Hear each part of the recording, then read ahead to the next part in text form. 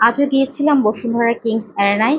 আগামীকাল বাংলাদেশ এবং অস্ট্রেলিয়ার মধ্যকার ফিফা বিশ্বকাপ বাছাইয়ের ফিরতি লেগের ম্যাচ অনুষ্ঠিত হবে।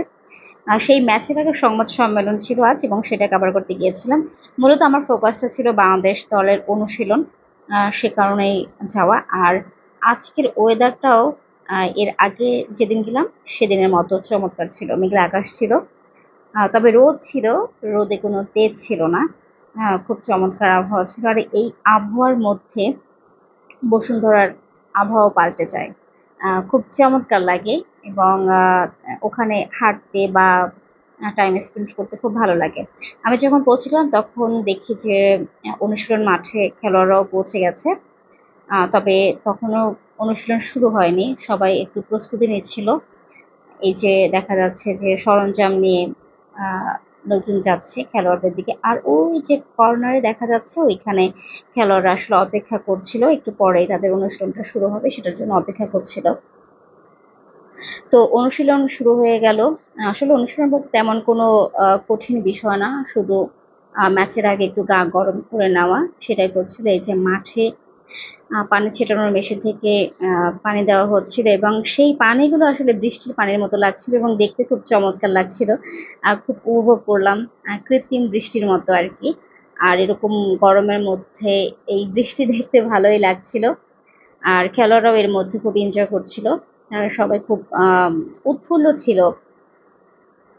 আম, এরপরে কোচের নির্দেশনা অনুযায়ী জামাল ভুঁইয়ারা একটু অনুশীলন করে নিল। আমার ফোকাসটা জামাল ভুঁইয়ার দিকেই বেশি ছিল, কারণ আমি তাকে খুব পছন্দ করি। সেই শুরু থেকে যখন তিনি বাংলাদেশে এসেছেন তখন থেকে খুব পছন্দ করি, আমার খুব পছন্দের একজন খেলোয়াড়।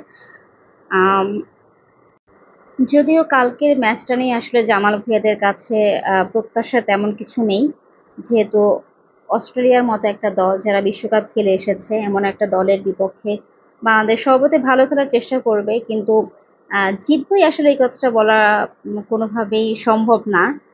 যতই হোম অ্যাডভান্টেজ থাকুক না কেন, কারণ অস্ট্রেলিয়া অনেক শক্তিশালী একটা দল। এই সেশনটা খুব চমৎকার লেগেছিল। অনুশীলনের এই সেশনটা খুব সবাই খুব মজা নিয়ে এনজয় করেছে। খেলোয়াড় থেকে শুরু করে সাংবাদিক যারা ছিল তারা সবাই খুব হাসছিল। তাদের এক্সপ্রেশন, তাদের আমি যেহেতু ভয়েস দিচ্ছি সুতরাং ওই আসল ভয়েসটা হচ্ছে মিউট করে দিয়েছি। মজা লাগতো আপনারা শুনলেও। তারা খুব চিৎকার চেঁচামেচি করছিল এবং খুব মজা করে এই সেশনটা এনজয় করছিল। সাংবাদিকদের জন্য আসলে 15 মিনিট বরাদ্দ। এরপরে আমি আস্তে আস্তে গোলরক্ষক তাদের একটু অনুশীলন দেখে নিলাম, কারণ সবাই ওই দিকটাই করছিল, এই দিকটায় কেউ আসেনি। এরপর সংবাদ সম্মেলন এসেছিলেন অস্ট্রেলিয়ান কোচ গ্রাহাম আর্নল্ড আর একজন খেলোয়াড় কাইরোলস। এই যে সাংবাদিকদের দেখা যাচ্ছে তারা খুব মনোযোগ দিয়ে কথাবার্তা শুনছেন, যারা প্রিন্টে তারা লেখালেখি করছেন।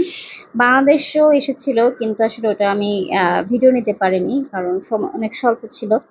আমি আমার মানব জীবনের জন্য কাজ করছিলাম। এরপর সুন্দর করে গোধূলি লগ্নে আবার আমার গন্তব্যে ফিরে আসলাম।